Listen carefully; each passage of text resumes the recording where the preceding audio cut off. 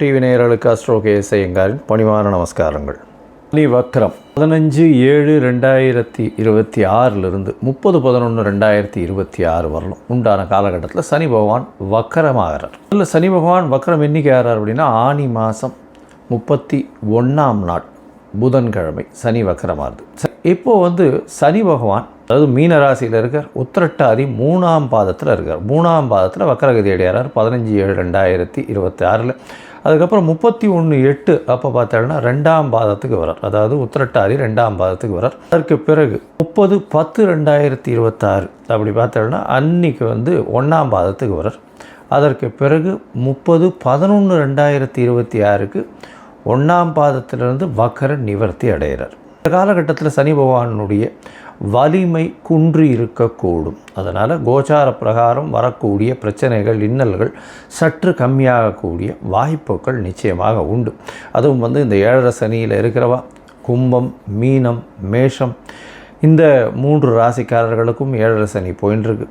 அது தவிர பார்த்தோம்னா தனுசு ராசிக்காரர்களுக்கு 4ஆம் இடத்துல அர்த்தாஷ்டம சனி, சிம்ம ராசிக்காரர்களுக்கு அஷ்டமத்து சனியும் போயின்னு இருக்கு. இந்த காலகட்டத்தில் இவாளுக்கெல்லாம் சற்று பிரச்சனைகள் சற்று குறையக்கூடிய காலகட்டமாக இருக்கும்.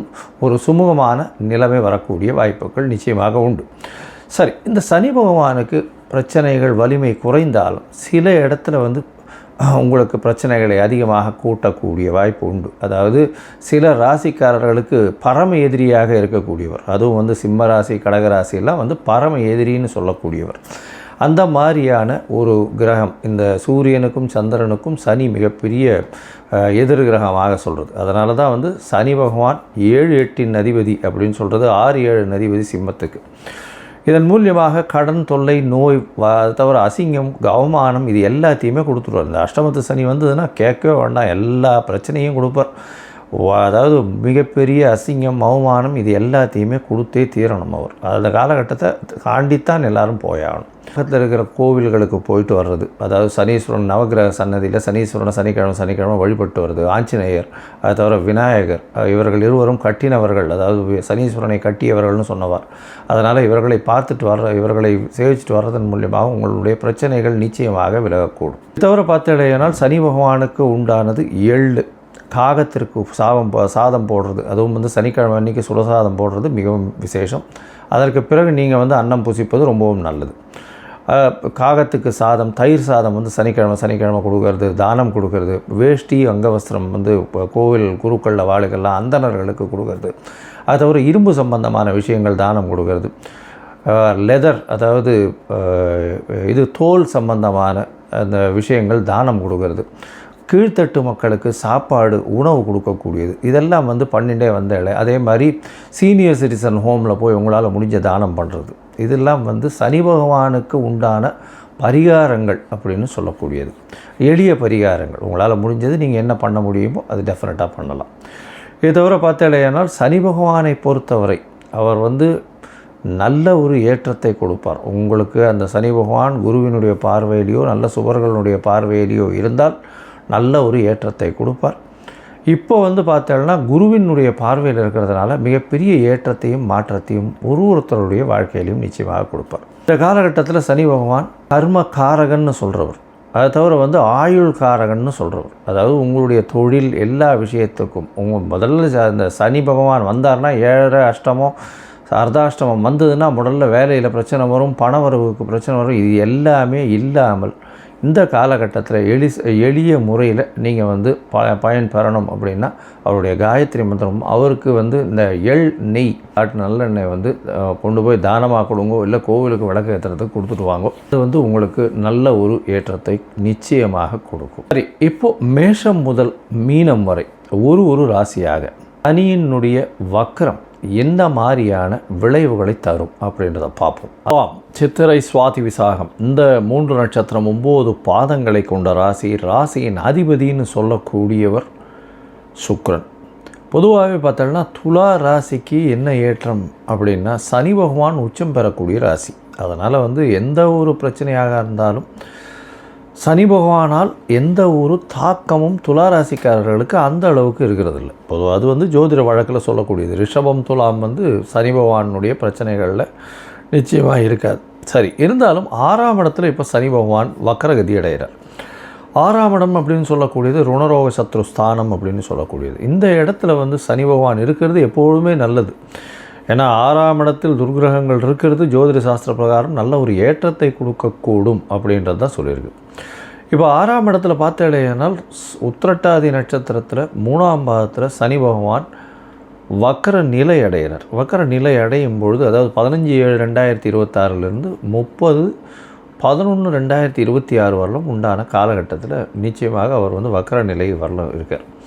உத்திரட்டாதி 3ஆம் பாதத்தில் இருக்கும்போது நவாம்சத்தில் துலாத்தில் இருப்பார். அதனால் நல்ல ஒரு ஏற்றம் இருக்கக்கூடிய காலகட்டம். வலிமை இழந்தாலும் உங்களுக்கு ஒரு பெரிய ஏற்றத்தை கொடுக்கும்.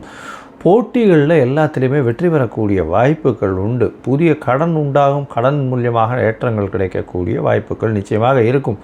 வேலையில் மாறுதல் கிடைக்கக்கூடிய காலகட்டமாக அமைய போகிறது. இந்த காலகட்டத்தில் பார்த்தீங்கன்னா உங்களுடைய ராசிக்கு 8ஆம் இடத்தை பார்க்குறது கடல் கடந்து போகக்கூடிய வாய்ப்பு இந்த காலகட்டத்தில் நிச்சயமாக கிடைக்கும். திடீர் பணவரவு, மறைந்த இடத்துலேருந்து பொருள், அதை தவிர வந்து இந்த கோர்ட்டு கேஸு இந்த மாதிரியான விஷயங்கள் நிச்சயமாக வெற்றி பெறக்கூடிய காலகட்டமாக இது அமைய போகிறது. உங்களுடைய ராசிக்கு பார்த்தீங்கன்னா 12ஆம் இடத்தை சனி பகவான் வக்கர நிலையில் பார்க்குறார். 12ஆம் இடத்தை பார்க்குறதுனால அயன சயன போகஸ்தானம்னு சொல்லக்கூடிய இடத்த சயனம் பார்க்குறதுனால சனி பகவான் இந்த இடத்த பார்த்து அதை கெடுப்பார். அதுவும் வக்கரம் பெற்ற சனி பார்க்குறதுனால கண்டிப்பாக ஊர் விட்டு ஊர் போக வேண்டி இருக்கும். நல்ல தூக்கம் இருக்காது. அலைச்சல் கொஞ்சம் அதிகமாக இருக்கும்.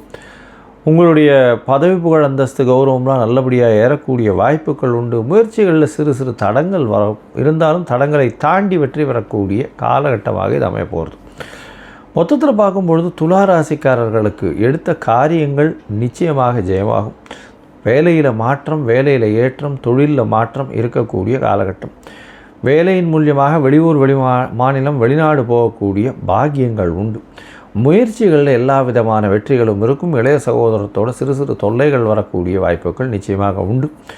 தூக்கமின்மை இருக்கக்கூடிய வாய்ப்புகள் உண்டு. உங்களுடைய 12ஆம் இடம் கெடுறது, அதாவது வக்கர நிலையில் இருக்கக்கூடிய சனி பார்க்குறதுனால கண்டிப்பாக தூக்கம் கெடக்கூடிய வாய்ப்பு, அதிகமான அலைச்சல் மூலியமாக பண விரயங்களும் சற்று அதிகமாக இருக்கக்கூடிய காலகட்டமாக அமையும்.